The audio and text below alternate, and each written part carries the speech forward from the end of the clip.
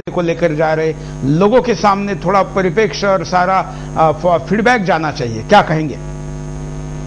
जी, ये मुद्दा जो आपने सुदर्शन के द्वारा यहाँ पर उठाया है कि जाकिर नाइक का जो पर्दाफाश है, एक विद्वत्ता के नाम पर जो अन्य धर्मियों के साथ में जो गलत प्रचार के माध्यम से या गलत मुद्दों के माध्यम से लोगों को गुमराह करने का जो उनका प्रयास चल रहा है, इसके लिए आज मैं ऐसे देखता हूं कि जब से यह सुदर्शन ने मुद्दा उठाया है तब से लोगों में बहुत ज्यादा जागृति आई है और मुझे ऐसे लगता है कि इससे जो वास्तविक रूप जो है वो लोगों के सामने एक तो पहुंच रहा है।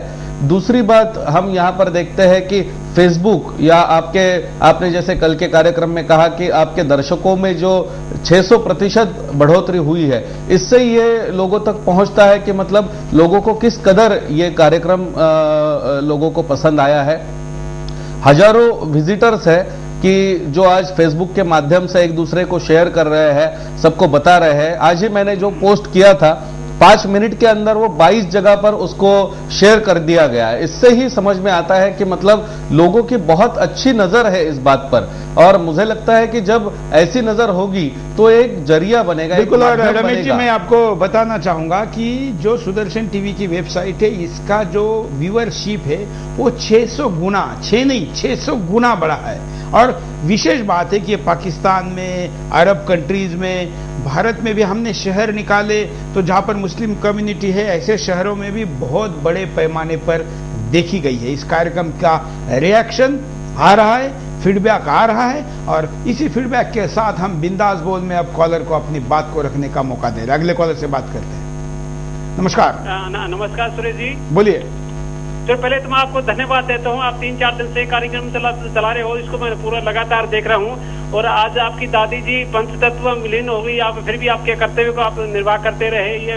ये आपका मतलब एक महापुरुष जैसा आपने काम कर रहे हैं। ये तो अपना राष्ट्रीय कर्तव्य है, वो तो पारिवारिक कर्तव्य तो पूरा करेंगे। घर में कई सदस्य है, लेकिन मुझे लगा कि जाकिर नाइक के खिलाफ कोई नहीं बोल रहा है, तो भारत के नागरिक के नाते ये पारिवारिक कर्तव्य मुझे पहले लगा। हाँ सर, मैं पहले कहता हूँ, पहले तो मीडिया की मैं बात बताता हूँ। ये मीडिया, दूसरा मीडिया इस चैनल को क्यों नहीं दिखाता? दूसरा मीडिया ये दिखाता है जब प्रशांत भूषण को जूता पड़ते हैं तो उनको जो कुछ लड़के जूता मारते हैं तो वो दिखाते थे, लेकिन 11/8 को जो शहीदों की स्मारक पर जो लोग जूते मारते हैं उनको मीडिया नहीं दिखाता। उनको मीडिया से कोई मतलब नहीं है ऐसे लोगों से। दूसरी बात, ये मीडिया तो आजकल पैसे के पीछे ज्यादा भागे है। और दूसरा एक मीडिया ये दिखाता है भाई बहन को पति बनाने से उनको ज्यादा टाइम नहीं लगता। गांव में भाई बहन की तरह रहते हैं, लेकिन उनको कुछ बच्चे बहन जाते हैं तो उनको पति बना देते हैं, उनसे भाई बहन से कोई मतलब नहीं है, ऐसे मीडिया दिखाता है। दूसरी बात ये जो सबलिंगिंग होते हैं उनकी मीडिया ज्यादा दिखाता है। मीडिया की तरह मैं चाल ये बताता हूँ। और कुछ दूसरा मीडिया है ना वेस्टर्न कल्चर का, इसके मतलब उनको पैसे कमाने से और भारत की संस्कृति से कम मतलब है, मैं बता देता हूँ। दूसरी बात यह है कि जाकिर हुसैन के बारे में, जाकिर हुसैन का तो दिमाग पूरा ठीक नहीं है, उसका पूरा मुसलमान को ही पूरा ज्ञान नहीं है। उनको बोलते हैं कि जन्नत कहाँ है? जन्नत वालिदैन की चरणों में जन्नत है, वो माता की चरणों में जन्नत है। तो माता कोई एक्सेप्ट नहीं करता तो वो कहाँ से आ गया? मतलब उसकी माँ उसको 9 महीने पेट में रखा था, वो उसकी कदर नहीं करता तो पूरे देश की कदर क्या करेगा? और बहुत सारे मुसलमान भाई उसको नहीं मानते, तो उसका मानसून मतलब उसको एक बीमारी है वो। बिल्कुल, धन्यवाद। एक और कॉलर है, उनसे भी बात करते हैं। नमस्कार।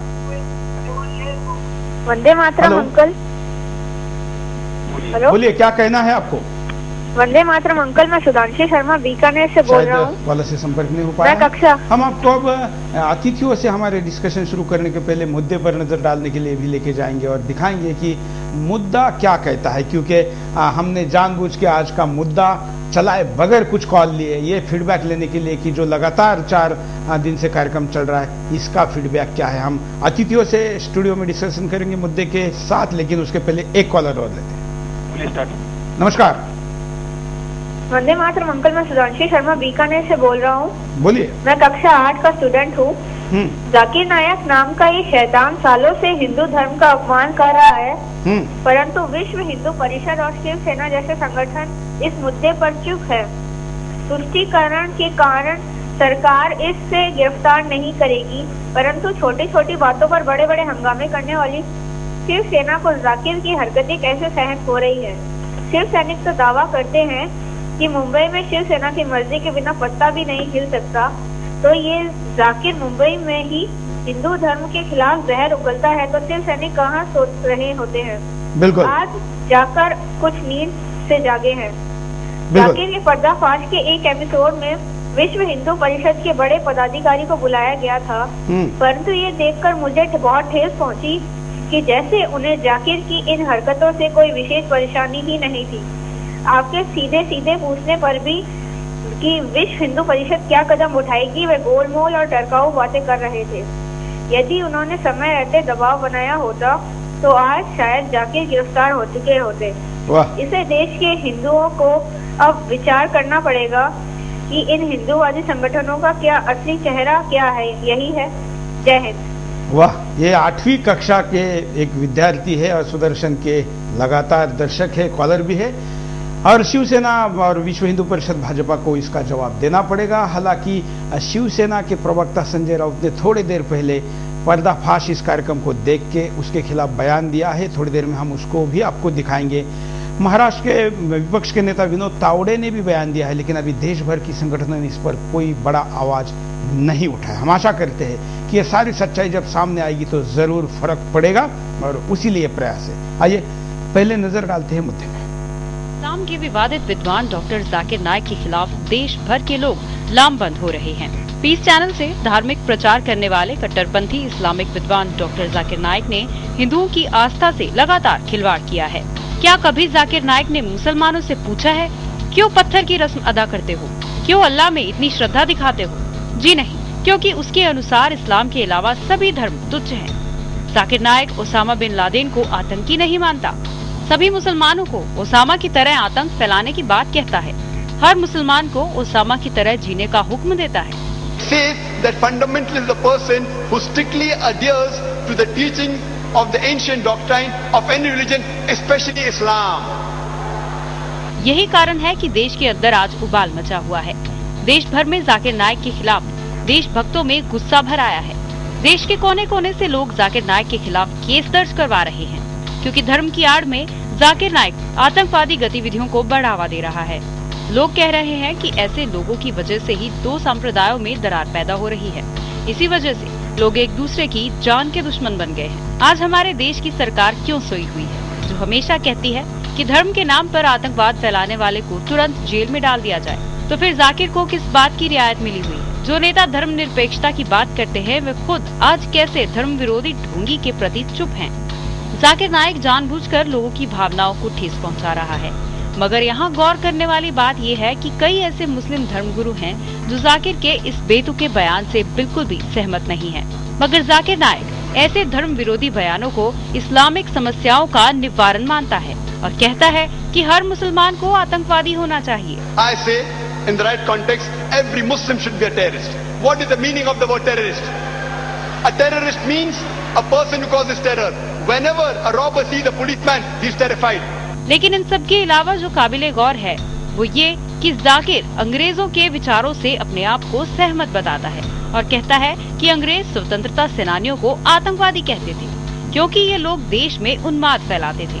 साथ ही अमेरिका के पूर्व राष्ट्रपति जॉर्ज वॉशिंगटन को आतंकवादी नंबर 1 बताता है, जिसे अमेरिका अपना राष्ट्रपिता मानता है। We see the example of American Revolution in the 18th century. The British government, when they were ruling America in 18th century, there were many Americans who were fighting for the freedom. Benjamin Franklin, George Washington. By this British government, they were called as terrorist number 1. America got its freedom in 1775-76. Imagine terrorist number 1 becomes the president of USA. यही कारण है कि आज देश ही नहीं विदेशों में भी ऐसे दिग्भ्रमित उन्मादी की आलोचना हो रही है और लोगों में रोष है। अगर ऐसे कट्टरपंथी को जेल में नहीं डाला गया तो ये देश ही नहीं पूरे विश्व के लिए एक समस्या बन जाएगा। तो ऐसे में सवाल भी फिर से वही आकर रुक जाता है कि आतंकियों के समर्थक जाकिर की गिरफ्तारी क्यों नहीं। यही है आज का बिंदास बोल का मुद्दा। आप भी दे सकते हैं अपनी बेखौफ राय। हनीफ जी, वीडियो आपने देखा, मुद्दा देखा, कुछ कॉल की प्रतिक्रिया भी देखी, आप क्या कहेंगे? ये भगवद गीता में एक श्लोक है, अज्ञानश्च श्रद्धानश्च संशयात्मा विनश्यति। ये इस तरह के संशय नहीं, भ्रमित नहीं करना चाहिए। इस्लाम अमन का मजहब है और वो बताता है कि हम सब एक ही माँ बाप के संतान हैं। और सूरह निसा में तो कहा कि ये सब अपने अपने जो संबंध हैं उसको नहीं बिगाड़ो आपस में। तो इस तरह से ये जो इस तरह के उन्माद का ये धर्म नहीं है इस्लाम, तैशबाजी का मजहब नहीं है इस्लाम, बड़ी नरमियत और मोहब्बत का पैगाम देने वाला है। तो बाअखलाक मोहब्बत का पैगाम देना चाहिए। इस तरह के तैशबाजी में और दूसरों को बुरा कह करके इसको बहुत सख्ती से कुरान शरीफ ने मना किया है। वला तसब्बुल लजीना यदऊन मिन दुनिल्लाहि फयसुबुल्लाह अदवम बगैर इल्मा, कि जो जहां जैसे हैं किसी को, क्योंकि ये भारत है, भारत के चाहे किसी भी मजहब के लोग हों, अगर उनमें भारतीयता नहीं है तो फिर वो भारतीय कहलाने के हकदार नहीं है। तो भारतीयता को अपने आत्मसात करके तब फिर दुनिया वालों के सामने अपने आप को पेश करना चाहिए, ताकि हम जहां भी जाएं, जहां भी रहें, अपनी भारतीयता का प्रस्फुटन हो, प्रदर्शन हो। इस तरह की बातें इस्लाम गवारा नहीं करता कि तैशबाजी में आकर के किसी बात को कहें। बहुत ही नरमियत और मोहब्बत के साथ पेश करने की बात कही है। सबको हक है अपने अपने मजहब के बारे में बात करने की, लेकिन किसी को बुरा कह के अपने आप को अच्छा कहना ये इस्लाम की बात नहीं है। आप भी क्या कहेंगे? जनाब, ये जो डॉक्टर जाकिर नाइक के सिलसिले में आज जो ये मुद्दा रखा गया है, ये बड़ा अहम मुद्दा है, क्योंकि इस्लाम का तकाजा, इस्लाम की दावत, एक दाई जब दावत देता है या अपनी बात पेश करता है तो सबसे पहले तो यह है कि उनकी तमाम उसूलों से, ज़ाब्तों से, उसकी तमाम बुनियादों से वाकिफ हो, वो सब चीजों को जाने कि इस्लाम को कैसे पेश करना है या किसी मजहब को कैसे पेश करना है। हर मजहब के दाई के लिए, उसके प्रचारक के लिए ये जरूरी है कि उसके प्रचार की डेफिनेशन वो जाने कि मेरे प्रचार से किसी को तकलीफ तो नहीं पहुंचेगी, मेरे प्रचार के अंदर कोई ऐसी बात तो नहीं है जिससे मेरा पड़ोसी, मेरा सामने रहने वाला या मेरे मुल्क में या मेरी बस्ती में रहने वाला गमजदा होगा। इस्लाम के अंदर सबसे पहला हक जो है पड़ोसी का है, यानी कि आपकी कोई बात आपके पड़ोसी को बुरी ना लगे, आप इस तरीके से पेश करें। अगर आपकी दीवार, आपने इतनी दीवार बनाई कि पड़ोसी का सहन ढक गया, उसे तकलीफ हो रही है, इस्लाम तो इसकी भी इजाजत नहीं देता। और यहां किसी की धार्मिक भावनाओं को तकलीफ पहुंचाई जाए, इस्लाम में इसकी कोई गुंजाइश नहीं है। इस्लाम ये कहता है कि दावत आप पेश करें, इस्लाम की बात बताएं, मगर किसी के ऊपर ऐसा कमेंट्स ना करें कि दूसरे की धार्मिक भावनाएं जो है वो कमजोर हों या उन्हें तकलीफ पहुंचे। मौलाना जी, जब सलमान रश्दी गलत बात करता है, ऐसा आप कहते हैं, उसके खिलाफ फतवा निकलता है, जब बंगाली लेखिका, बांग्लादेशी लेखिका तस्लीमा नसरीन गलत बात करती है और उसके खिलाफ फतवा निकलता है, तो दोनों को देश छोड़ के जाना पड़ता है। इसके खिलाफ भी फतवा निकला है, लेकिन होता कुछ नहीं। क्या यह फतवा भी दिखावा नहीं है? देखिए, ऐसा है, फतवे का जो ताल्लुक है, फतवा जिन चीजों के बारे में पूछा जाता है कि भाई हम इस बात को पूछना चाहते हैं, आप बताइए, तो जो हमारे दारुल इफ्ता हैं, चाहे वो देवबंद के हों, बरेली के हों या और बहुत सारे हमारे दारुल इफ्ता हैं, वो तमाम वही फतवा देते हैं जो एक पूछने वाला पूछता है। डॉक्टर जाकिर नाइक के सिलसिले में जो बातें पूछी गई हैं वो हमारे तमाम दारुल इफ्ताओं ने वो बातें बताई हैं, क्योंकि अब नहीं, लेकिन इस्लाम का गलत डेफिनेशन अगर जाकिर करता है, जैसे कि आप कह रहे हैं, और इसके पहले भी कई मुस्लिम विद्वानों ने फोन करके या मुझे ईमेल करके, एसएमएस करके, या जो भी मुझे पिछले 4 दिनों में समक्ष मिले, उन्होंने कहा कि ये इस्लाम का गलत डेफिनेशन करता है। तो जो गलत डेफिनेशन करता है उसको बर्दाश्त क्यों किया जा रहा है? देखिए, ऐसा है कि हिंदुस्तान का आम मुसलमान हो या एक आलिम हो या हमारे उलमा हो, तमाम के तमाम इस बात पे मुत्तहिद हैं और इस मुद्दे के साथ हैं कि पूरे हिंदुस्तान के अंदर रहने वाला किसी भी मजहब का कोई आदमी हमारे लिए काबिल एहतराम है। हमें उसके धर्म का एहतराम करना चाहिए, क्योंकि कुरान करीम के अंदर और हमारे नबी पाक ने यह बात फरमाई है कि तुम तमाम मजाहिब का एहतराम करो। तो जो एहतराम नहीं कर रहा, ये उसकी गलती है, उसके ऊपर एक्शन होना चाहिए। और हमारे तमाम उलमाओं को खास तौर पर इसमें अपनी राय को जाहिर करना चाहिए। बिल्कुल। हम यहाँ पर रुकते एक छोटे से ब्रेक के लिए, ब्रेक के बाद दोबारा आएंगे बिंदास बोल जारी।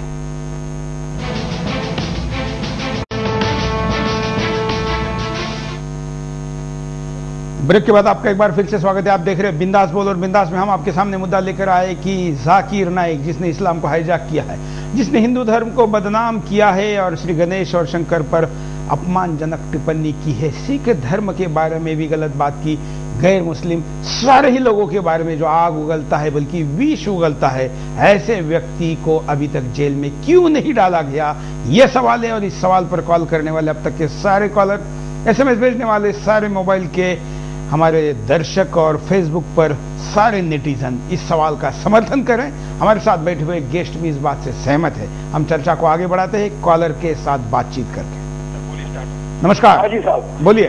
जाकिर अपने भाषणों के से जिस चालाकी से हिंदू और हिंदू धर्म के प्रति नफरत फैला रहा है, वह हिंदू आराध देवों के प्रति अनास्था पैदा कर रहा है, वह निंदनीय तो है ही, दंडनीय अपराध भी है। बिल्कुल। हमें सरकार पर निर्भर जाके कि वो क्यों इसे अरेस्ट नहीं कर रही, नहीं रहना चाहिए।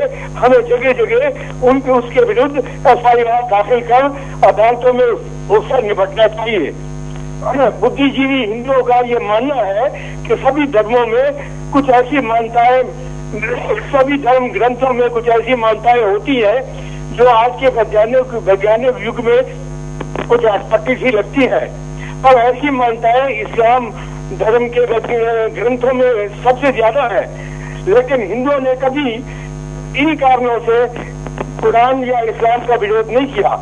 हिंदू तो हमेशा यही कहता है कि अपने हिसाब से जियो, सभी अपने तरीके से जिए और एक दूसरे का विरोध न करें।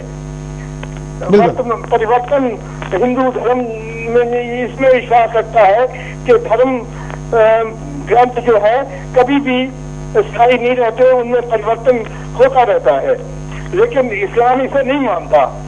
और दूसरी बात वो ये, लेकिन हिंदू ये बर्दाश्त नहीं कर सकते कि वो उनके धर्म पर आक्षेप किया जाए। लेकिन चांदना जी, आप कहते बर्दाश्त नहीं कर सकते, लेकिन बर्दाश्त ही करे। 4 साल से सब कुछ जाकिर का नंगा नाच चालू है, कहां पर किसने विरोध किया? और ये मुसलमान ये सोचता है कि हिंदू अगर उनके इस्लाम को नहीं मानेंगे तो वो काफिर है और वो दंडनीय मृत्यु के अधिकारी हैं। इन बातों को हिंदू बर्दाश्त नहीं करने वाला। चलिए, धन्यवाद अपनी बात को रखने के लिए हनीफ जी। जिस प्रकार से हम अभी कारणों पर नजर डालने जा रहे हैं, हम बिंदास में स्थिति, कारण, परिणाम पर चर्चा करते हैं। इस ब्रेक में हम कारण पर चर्चा करने वाले हैं। आपको क्या लगता है कि अब तक इसको जेल में नहीं डाला गया, इसके पीछे का कारण क्या है? जो भी हो इसके बारे में तो मुझे पूरी तरह से मालूमात नहीं है। मैं सिर्फ, लेकिन आप इस बात से तो सहमत है कि इसकी जगह जेल है? तो ऐसे लोगों को तो समाज से बहिष्कृत कर देना चाहिए। जो समाज में रह करके समाज के विरुद्ध बात करता है तो ऐसे लोगों को समाज से बहिष्कृत कर देना चाहिए। लेकिन केवल बहिष्कृत से क्या चलेगा? ये तो टीवी पे आता है, ये बड़े बड़े कार्यक्रमों में जाता है। 2-3 देशों ने इसको जरूर बहिष्कृत किया है, लेकिन तो सामाजिक तौर पे कह रहा हूँ, बहिष्कृत मतलब चाहे जो भी चाहे, जैसे भी चाहे, पूरा एक आवाम जो निर्णय ले इनके बारे में, लेकिन ये समाज के विरुद्ध जो चर्चा करते हैं उससे समाज को एक्शन लेना चाहिए कि समाज विरोधी बात करने वाले की जगह कहाँ हो। बिल्कुल, कोई भी बर्दाश्त नहीं। रमेश शिंदे जी, किसी भी, ये क्यों बाहर है? देखिए, आज हम यहाँ पर देख रहे हैं कि मुझको बहुत ही अचंभा हो रहा है कि एक तो यहाँ पर जो छोटे छोटे बच्चे हैं वो आज कह रहे हैं कि हिंदूवादी संगठन क्यों कुछ नहीं कर रहे हैं। मैं इसका एक उत्तर भी देना चाहता हूं क्योंकि ये मुझे लगता है कि यहाँ का मुद्दा है। देखिए, पिछली बार हमने ये बताया था कि हमने 68 जगह पर यहाँ पर पुलिस में कंप्लेंट दर्ज करवाई है, FIR दर्ज करवाई है। अगर FIR दर्ज होता है तो उसका अर्थ ये होता है कि वो कानूनन गुनाहगार है, तो उसके ऊपर अरेस्ट करके कानूनन कार्रवाई क्यों नहीं हो रही है, ये पहली बात है। दूसरी बात है कि आज कल से जाकर के हम पुलिस से परमिशन मांग रहे हैं कि हमें आंदोलन करना है, हमें भी बताना है कि जाकिर नाइक को अरेस्ट क्यों नहीं हो रहा है। तो पुलिस हमारे ऊपर इतना बड़ा दबाव डाल रही है और वो ये कह रही है कि आप अगर आंदोलन करेंगे तो हम आपको अंदर डाल देंगे। तो ये जो बातें यहां पर हो रही है, जो लोगों के सामने नहीं लाई जाती है। तीसरी बात है कि जो गवर्नमेंट की पॉलिसी बनी है कि उनको ऐसे लगता है कि जैसे अब अफजल गुरु की फांसी का मुद्दा आया तो वहां से यासीन मलिक ने कह दिया कि अगर उसको फांसी देंगे तो पूरी देश में हम दंगे भड़काएंगे। तो यह संसद के ऊपर हमला करने वाला, जिसको सुप्रीम कोर्ट ने फांसी की सजा सुनाई है, उसके बारे में भी फांसी की सजा नहीं होती है। चौथी बात, जो मीडिया का प्रेशर बनना चाहिए था इस विषय में, एनडीटीवी के प्रोग्राम में आज भी आप यूट्यूब पर देख सकते हैं, उस प्रोग्राम में वो जाहिर स्तर पर कहता है कि मैं टेररिज्म के साथ हूं, लेकिन उसके ऊपर कोई उसके सवाल नहीं होता है। दूसरी बात, इंडियन एक्सप्रेस इतना बड़ा ग्रुप है, वो हिंदुस्तान में 2007 में जाकिर नाइक को 89th मोस्ट पावरफुल पर्सनालिटी का उसको किताब देता है और 89 के बाद में जो 100 पर्सनालिटी उन्होंने चुनी थी, नोबेल जीतने वाले अमर्त्य सेन का नाम उसके बाद में है। उसके आगे की बात मैं ये कहूंगा आपको कि दोबारा जरा बताइए कि इंडियन एक्सप्रेस ग्रुप ने 2007 में हिंदुस्तान के 100 सबसे शक्तिशाली प्रभावशाली व्यक्तिमत्व खोजे थे, उनमें जाकिर नाइक का नंबर था 89, 89, और उसके बाद में अमर्त्य सेन का नंबर है, जिन्होंने नोबेल पारितोषिक जीता है। तो हिंदुस्तान में नोबेल पारितोषिक जिता कर देने वाले अमर्त्य सेन जाकिर नाइक से पीछे है, ये गवर्नमेंट कह रही है, ये इंडियन एक्सप्रेस जैसा ग्रुप कह रहा है। जी, और यहाँ पर इस पर शायद मौलाना सोहेल जी कुछ कहना चाहते हैं। देखिए, मैं कहना चाहता हूं कि ये केंद्र की सरकार जो हिंदू और मुसलमानों को लड़ाकर सत्ता हथियाने के तमाम तरीके अपनाती चली आई है, इसका इतिहास कांग्रेस का यही रहा है कि देश के लोगों को लड़ाओ और सत्ता पर काबिज रहो। इसलिए वो बहुत से ऐसे काम करती है कि जिससे मुस्लिम वोटों को खींचने की कोशिश करती है और इसी का हिस्सा बहुत सारी चीजें हुआ करती हैं। मगर कांग्रेस को जान लेना चाहिए कि जाकिर नायक हो या ऐसे दंगे फसाद फैलाने वाले लोग हों, चाहे वो हिंदू समाज में हो या मुस्लिम समाज में हो, उनके पीछे अवाम नहीं है। अवाम और उलमा और इस देश के जो विशेष लोग हैं, हमारे उलमाओं ने जो तरीका रखा है अपनी बात कहने का, उसी की मिसाल है कि सैकड़ों साल से हिंदू और मुसलमान इस देश में प्रेम से रहते चले आए हैं। लेकिन ये जो प्रेम से चले आए हैं रहते हुए, ये अब जाकिर को नहीं अच्छा लग रहा है ना, इसलिए वो बोलता है। आपने तो पड़ोसी की बात की, वो तो पड़ोसी तो छोड़िए, शादी में जो गवाह होता है उससे लेकर ऐसी कई बातों में कहता है। डॉक्टर जाकिर नायक को बड़े बड़े उलमा मशवरा दे चुके हैं, कह चुके हैं कि आप अपनी बात को सलीके से रखें, हिंदुस्तान के अंदर रहने वाले 80% लोगों के दिलों को मत तकलीफ पहुंचाइए आप। और हकीकत यह है, डॉक्टर जाकिर नायक 80 भी क्यों कह रहे हैं, मुझे लगता है ज्यादा % लोगों के दिमाग का मन को ठेस नहीं पहुंचानी चाहिए, आपके भी तो मन को ठेस पहुंची। हकीकत यह है कि आज उनकी इन्हीं वजूहात की बिना पर आज वो इस दोराहे पर आगे खड़े हो जाएंगे कि पूरे देश के अंदर आज जो आंदोलन शुरू हो रहे हैं वो उनकी अपनी गलतियों का नतीजा है और उनको इस पर तौबा करनी पड़ेगी। और उलमा के पास जाकर जो उलमा ने तरीका बताया है, उलमा ने जो हिंदुस्तान के अंदर रहने का और लोगों के बीच में मिलजुल कर काम करने का तरीका बताया, उसको सीखना पड़ेगा। तौबा क्या करनी पड़ेगी, जूते पड़ेंगे। अभी आप देखिए, शायद गिरीश जी कुछ कहना चाहते हैं। हिंदुस्तान की शुरू से ही एक कोशिश रही है कि जो भी हमारे जिस भी प्रकार से वो यहाँ पर अपने हर लक्ष्य को प्राप्त करे, यानी जिस तरीके से वो रहना चाहता है, अपना शारीरिक, मानसिक, बौद्धिक और आध्यात्मिक अभिव्यक्ति वो हर प्रकार से कर सके। ये हिंदुस्तान की संस्कृति में रची बची चीज है, विश्व में कहीं नहीं दिखाई देती। हिंदुस्तानी एकमात्र ऐसा है जहां पर व्यक्ति अपने मजहब से भी ऊपर उठ करके इंसानियत और मानवता से भी देवत्व की ओर बढ़ने की उसकी क्षमताओं का विकास वो कर पाता है। यही एकमात्र देश है। ऐसे देश के अंदर कोई व्यक्ति अगर दूसरे को ठेस पहुंचाने वाली चीजें कर रहा है, पहले तो जाकिर नायक भी खुद इस्लाम के हिसाब से इम्तिहान दे रहे हैं। बिल्कुल, हमारे साथ एक कॉलर जुड़े हुए हैं, उस कॉलर से भी बात करते हैं, सुनते हैं क्या कहना चाहते हैं। हेलो, नमस्कार। हेलो, बोलिए। नमस्कार, मैं विरल देसाई बोल रहा हूँ। हाँ बोलिए विरल जी। विश्व हिंदू परिषद दक्षिण गुजरात मीडिया कन्वीनर हूँ मैं।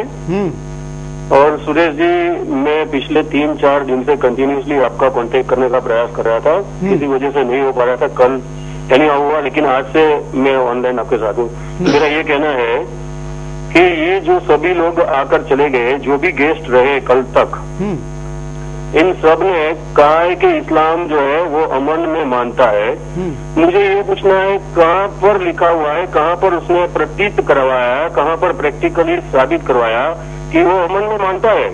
जबकि वो देखिए पूरे विश्व भर में इस्लाम के फॉलोअर है। वो हिंदुस्तान में हिंदुओं से लड़ते हैं, अमेरिका में जाए, ब्रिटेन में जाए, फ्रांस में जाए, जापान में, जहाँ भी जाते हैं वो सामने लड़ने वाले एक ही मुसलमान है और ये कहते हैं अमन में मानते हैं। दूसरी बात और मैं आगे बढ़कर कहता हूँ कि गुजरात में गोधरा कांड जो हुआ था, वो अमन नाम के ही गेस्ट हाउस से उसका आयोजन किया और वो डिब्बे को जलाया गया था। तो ये तो अमन में मानने वाला धर्म कभी मुझे दिखता नहीं। शायद ये लोग माने ना माने, मुझे कोई परवाह नहीं। लेकिन दूसरी बात ये है कि मैं इनसे पूछना चाहता हूँ कि इस्लाम में मुजाहिद किसको कहते हैं? और चलिए, आपके विरल देसाई जी, आपके सवाल का जवाब तो मैं मौलाना जी से पूछूंगा। मैं आपको अभी एक छोटे 8 साल के बच्चे ने पूछा विश्व हिंदू परिषद कहाँ है, उसका जवाब आपके पास क्या है? मुझे ये लगता है उसकी 9/5 आयत जो है। नहीं, मैं विरल जी, आप मेरा आवाज सुन रहे हैं? Hello hello. हाँ, मैं जो बात कर रहा हूँ आप सुन पा रहे हैं ना? जी, सुन पा रहा हूँ। मैंने कहा कि आपके सवाल का जवाब तो हम यहाँ गेस्ट को पूछेंगे। थोड़ी देर पहले 8 साल के बच्चे ने पूछा था कि विश्व हिंदू परिषद कहाँ है, बजरंग दल कहाँ है, क्यों चुप है?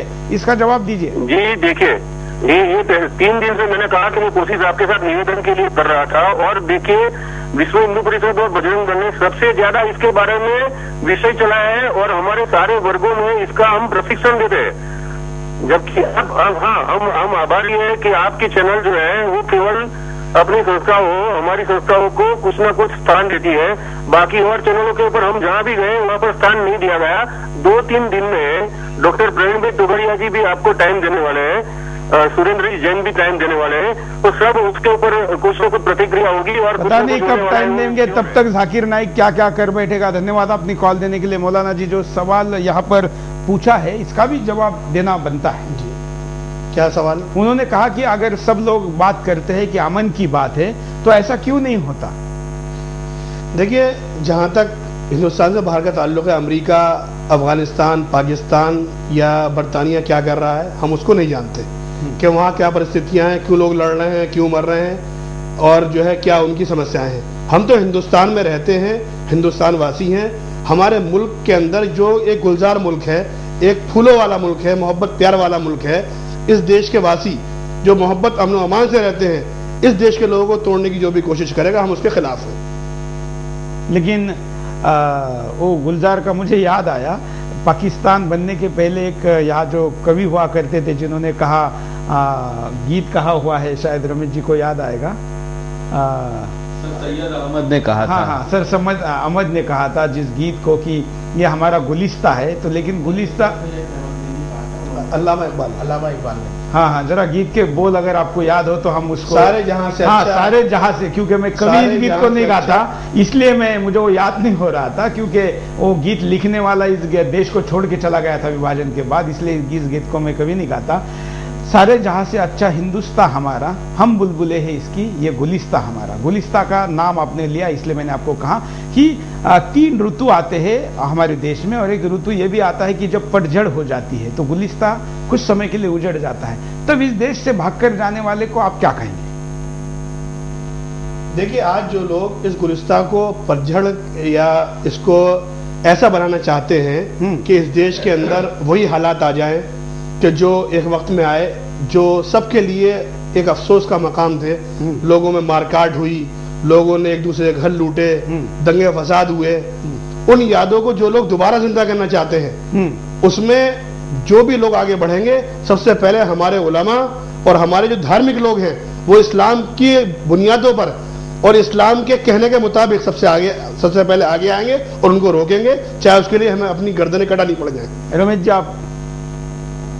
जी मैं यहाँ पर ये दुख भरी बात कहना चाहूंगा कि जैसे यहाँ पर हो रहा है कि जाकिर नाइक इतना सब कुछ कहने के बाद भी उसके बारे में जो एक ठोस कदम होना चाहिए, ये जो मतलब वो जो बात कर रहा है, जैसे कुछ बातें तो यहाँ पर आ चुकी है। उसने बामियान, तालिबान ने जो बामियान के बुद्ध की मूर्तियां थी जिनको वो तोड़ दिया, तो उसका उसने समर्थन किया है। अगर ऐसे मुद्दे वो कहता है तो मुझे ऐसे लगता है कि जो उसकी सभा होती है, वो कहता है कि मेरी सभाएं 50,000 की है, 1 लाख की है, तो मुझे ऐसे लगता है कि उसके अंदर जो भी देश प्रेमी है, जो भी हिंदुस्तान का प्रेमी है, तो उसने खड़े रह करके उसको विरोध करना चाहिए। वैसे तो वहां पर दिख नहीं रहा है, यह भी एक वास्तविकता है। तो उन्होंने बताना चाहिए कि आप जो तरीका आप अपने हाथ में ले रहे हैं वो तरीका गलत है। देखिए हिंदुस्तान में हम बहुसंख्यक होने के बावजूद भी यहाँ पर हमने राष्ट्रपति के तौर पर एपीजे अब्दुल कलाम को हमने स्वीकार किया है, और यहाँ पर किसी ने भी उनके इस मकाम पर जहाँ पर वो पहुंचे हैं उसके ऊपर कोई मुद्दा नहीं उठाया। लेकिन जाकिर नाइक पर क्यों उठा रहे हैं? सोहेल जी ये और हनीफ जी जो यहाँ आए हैं, ये तो आप राष्ट्रवादी है, हम आपको परम राष्ट्रवादी मानते हैं और इसीलिए आप सुदर्शन में आए हैं और हमने भी बुलाया, इसमें कोई दो राय नहीं। लेकिन आप हम जब आप कहते हैं तो आपको उस हम से उन लोगों को माइनस करना होगा जो आपके हम में सहभागी नहीं होते हैं। बिल्कुल सही आपने कहा कि हम जो हिंदुस्तान के लोग हैं, जो लोग तोड़ने की कोशिश कर रहे हैं, इसकी फिजा बिगाड़ने की कोशिश कर रहे हैं, वो हम में से नहीं है। और पूरे समाज को जो तोड़ने की कोशिश कर रहे हैं उनका बहिष्कार करना चाहिए और पूरे समाज को आगे आना चाहिए।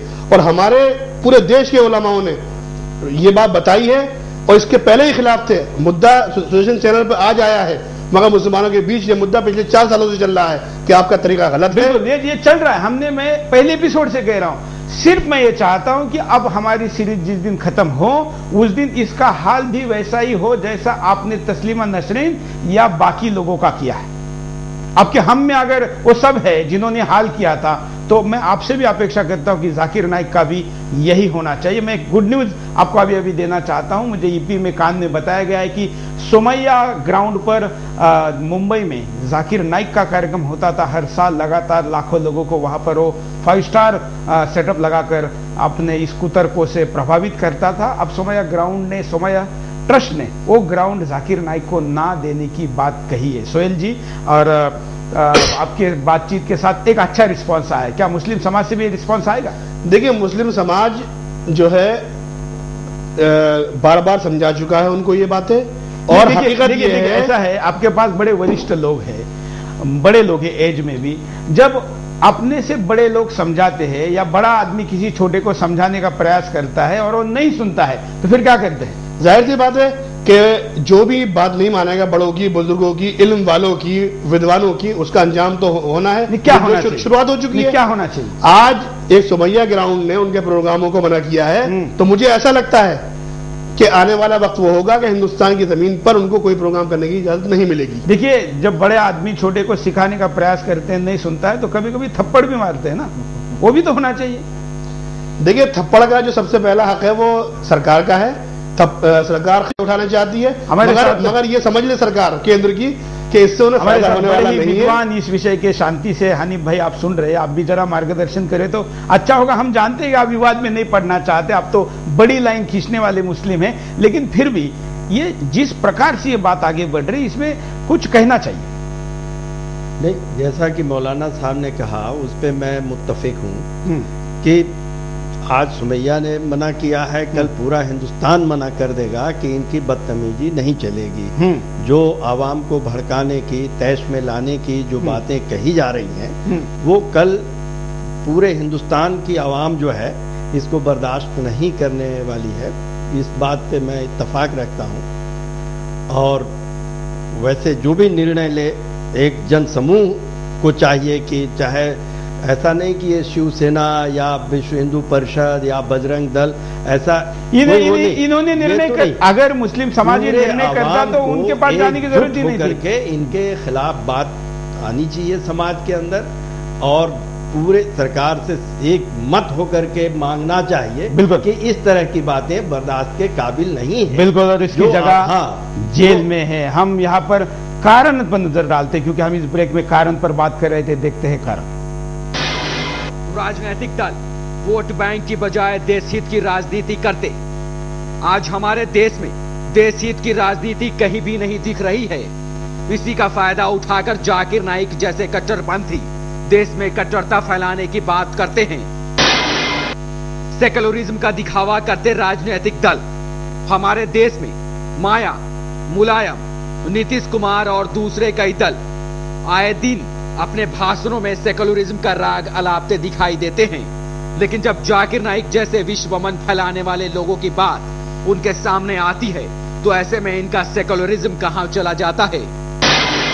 सरकार का जहर फैलाने वाले लोगों पर कार्रवाई ना करना। वैसे तो सरकार सोशल मीडिया की सेंसरशिप की बात करती है, मगर जो लोग खुलेआम दूसरे धर्मों का अपमान करते हैं, आतंकवादियों को सही ठहराते हैं, उन पर कोई कार्रवाई नहीं होती। आतंकवाद पर दोहरा खेल खेलती सरकार। एक ओर तो सरकार आतंकवादियों और उनके आकाओं के खिलाफ कार्रवाई की बात करती है, मगर दूसरी ओर आतंकवाद और आतंकवादियों की पैरवी करने वालों को जगह जगह भाषण देने की खुली छूट देती है। ऐसे में आप खुद ही अंदाजा लगा सकते हो कि कैसे देश में आतंकवाद खत्म किया जा सकता है। धार्मिक संगठनों का जाकिर नाइक जैसे लोगों के खिलाफ चुप रहना। जाकिर नाइक खुलेआम हिंदू धर्म, सिख धर्म और दूसरे धर्म पर उंगली उठाता है, लेकिन कोई भी धार्मिक संगठन आगे आकर इसका विरोध नहीं करता। तो ये कारण है, और इस कारणों के साथ हम यहाँ पर रुकते एक छोटे से ब्रेक के लिए। ब्रेक के बाद आएंगे और परिणाम और उपाय पर भी नजर डालेंगे। बिंदास हो जारी है।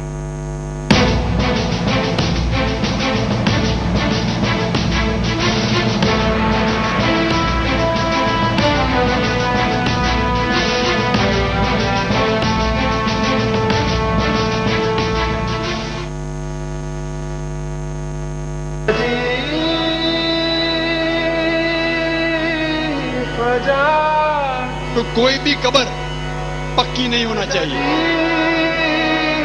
अगर पक्की है तो उसको जमीन से नष्ट करना चाहिए। मजार पे जाना बिल्कुल गलत। आपका एक बार फिर से स्वागत है। आप देख रहे हैं बिंदास बोल, और बिंदास में हम मुद्दा लेकर आए कि जाकिर को जेल क्यों नहीं, कैसे खुलेआम घूमता है और कैसे खुलेआम इसका नंगा नाच चलता है, और आंखें बंद कर कर बैठे हैं हमारे देश के सारे कर्ता धर्ता, यहां तक कि कर्ता धर्ता बनने के लिए लड़ रहे राजनीति करे विपक्ष की दल भी। हम आपको ये वीडियो दिखाते हैं कि बिन लादेन, जो कि अभी मर चुका है, उसका समर्थन ये कैसे करता है। देखिए। My views regarding Osama bin Laden. Oh, who is the person who was responsible for 11 September? Do you know that? You go in the internet, you find Americans. I'm not quoting non-American sources. American journalists, American historians, they have given that this thing could not have been done by bin Laden. A person, imagine how could he get so equipped? The CIA, which has a budget of billions of dollars, the FBI has a budget. It's not possible. I'm not saying what they're saying is wrong, or whether what they're saying is right. I don't know. I'm just giving you information which you may not be aware, because I'm a person who keep on traveling a lot. I'm a person who surfs also on the internet and get the information. Some of the people even said, again, I'm not saying what they're saying is right, but some of the people said that George Bush himself did it. तो आपने देखा कि ये केवल भारत में ही हो सकता, हिंदुस्तान छोड़ के ये कहीं नहीं हो सकता। और ये टीवी पे देखने के बावजूद भी आंख बंद करने वाले इस देश के गृह मंत्री और इस देश के प्रधानमंत्री, खैर प्रधानमंत्री का तो नाम लेना गलत है, क्योंकि अब उनका नाम लेके क्यों समय बर्बाद करे, वो तो कुछ करने की संभावना नहीं है। लेकिन शिवाजी के राज्य की बात करने वाले शिंदे अगर इस देश के होम मिनिस्टर है तो अपनी कुछ दिखाए, नहीं तो लोग उनको अपनी दिखाएंगे। मौलाना जी, आपने देखा ये लादेन का खुलेआम समर्थन है, और ये वीडियो कोई हमने छुपके से स्टिंग ऑपरेशन करके नहीं लाया है, ये यूट्यूब पर है जिसके लाखों हिट है। देखिए, ओसामा बिन लादेन या अलकायदा या तालिबान या वो तंजीमें जो पूरी दुनिया में लड़ रही हैं या जिनके हमले आपस में एक दूसरे पर हो रहे हैं, जो भी तंजीमें हैं जो हिंदुस्तान को नुकसान पहुंचा रही हैं या हिंदुस्तान की सरहदों को या हिंदुस्तान की रक्षा को या यहाँ रहने वालों को नुकसान पहुंचाने की कोशिशें कर रही हैं, हम सबके खिलाफ हैं और इस्लाम का यही तकाजा है। और जो भी यहाँ के निहत्थे लोगों पर जुल्म कर रही हैं, तमाम उलमा का हमेशा से यही फतवा है और यह फतवा इस्लाम का आखिरी फतवा है कि किसी भी निहत्थे पर, यहां तक कि एक आम जानवर या परिंदे पर भी आप जुल्म नहीं कर सकते। बिल्कुल हनीफ जी, जिस प्रकार से ये इस बात को कह रहा है, इसके कारण इस्लाम पे सवाल उठता है, ऐसा नहीं आपको लगता? नहीं, इस्लाम का सवाब तो खैर मिलने से रहा इनको, लेकिन ये है इस्लाम, इसका मतलब ही नहीं कि ये इस्लाम की बात है। नहीं, आप कुरान के किस संदर्भ के साथ कहेंगे कि जाकिर गलत बोल रहा है? वो बताया ना कि सूरा अनाम में एक बात आती है, वला तसब्बुल लजीना यदऊना मिन दुनिल्लाहि फैसबुल्लाह अदवम बगैर इल्मा।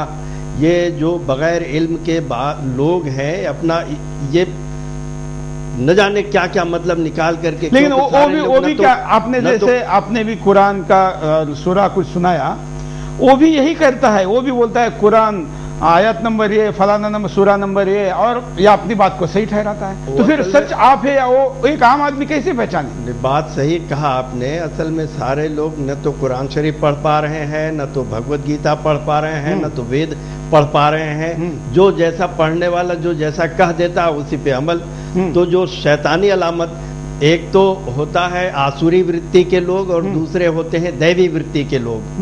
तो जो दैवी वृत्ति के लोग हैं वो अमन चाहते हैं, आवाम में मेल मोहब्बत चाहते हैं, और जो आसुरी वृत्ति का तो काम ही है लड़ाना झगड़ाना और इख्तलाफ पैदा करना, दुनिया में आतंक फैलाना, उग्रवाद फैलाना, ये सब लूट खसोट, भ्रष्टाचार, अनाचार, व्यभिचार, ये सब आसुरी वृत्तियों का कुकर्म है।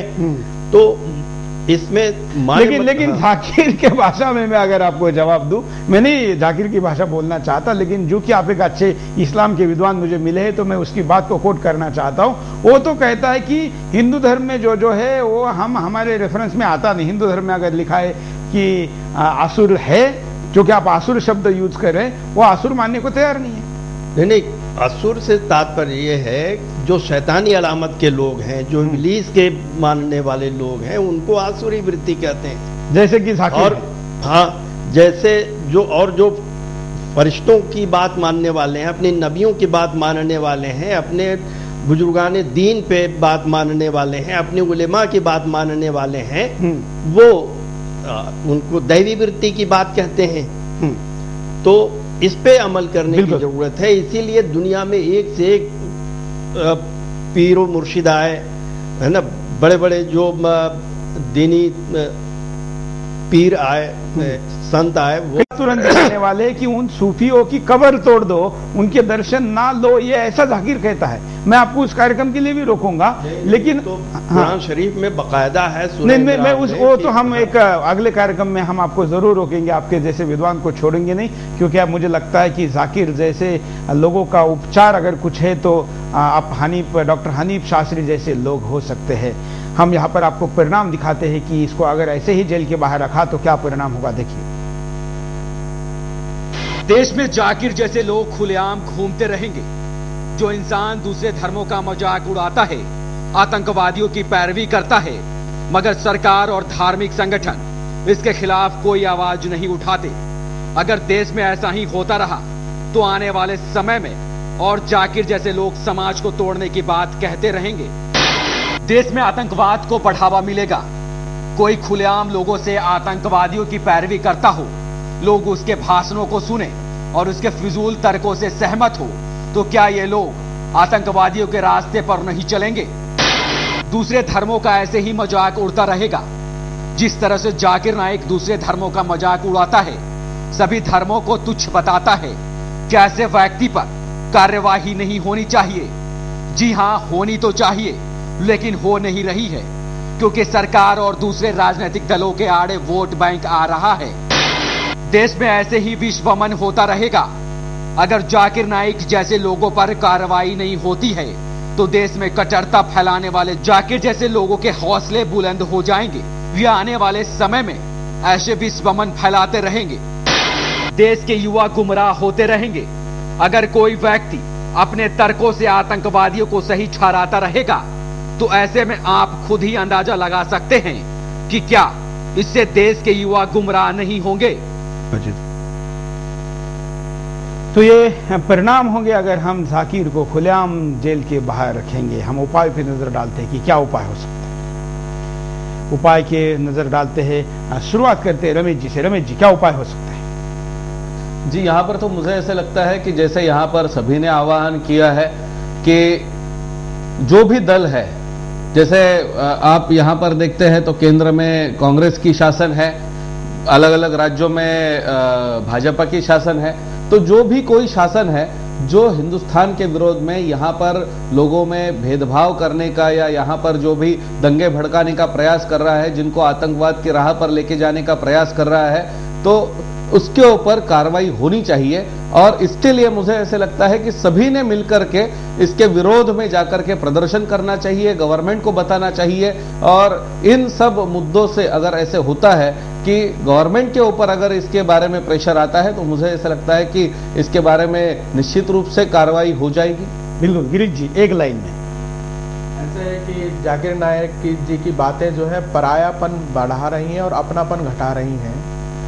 जो बात परायापन पैदा करती है वो किसी के लिए भी ठीक नहीं और उसे तुरंत रोक देना चाहिए। वो खुद भी गुमराही में जा रहे हैं और दुनिया को भी गुमराही के रास्ते पर बढ़ा रहे हैं। मैं उनसे कहूंगा कि वो सुधरें, नहीं तो जो स्थिति ऊपर वाले ने उनके लिए सोची है वो बहुत बेहतर नहीं होगी।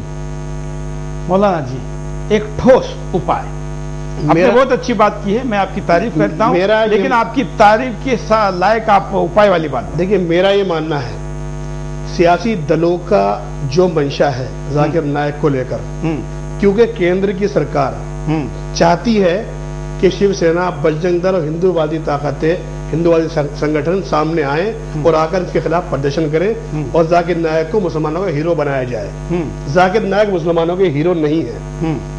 जाकिर नायक को हीरो बनाकर जो वोट कांग्रेस का मुस्लिम भाग गया है उसे छोड़कर वो वापस लेना चाहती है। तो मैं इसमें जाकिर नायक से अपील करूंगा कि उन्होंने जो गलत बातें कही हैं, जो तकलीफ पहुंचाई है, वो खुद सामने आकर माफी मांगे, ताकि हिंदुस्तान का हर शहरी ये कहे कि अगर ये इस्लाम का फॉलोअर है और इस्लाम को लोगों तक पहुंचाने वाला आदमी है, तो इसके अंदर हक मानने की भी शक्ति है, हक कहने की भी शक्ति है। लेकिन ऐसा नहीं करता है, तो ऐसा नहीं करता है तो जाहिर सी बात है कि जो आज सुमैया ग्राउंड में हुआ है, सुमैया ग्राउंड के अंदर उनको 1 इंच देने को मना कर दिया गया, वो पूरे ही देश में होगा। बिल्कुल। हनीफ शास्त्री जी, आप क्या उपाय बताएं?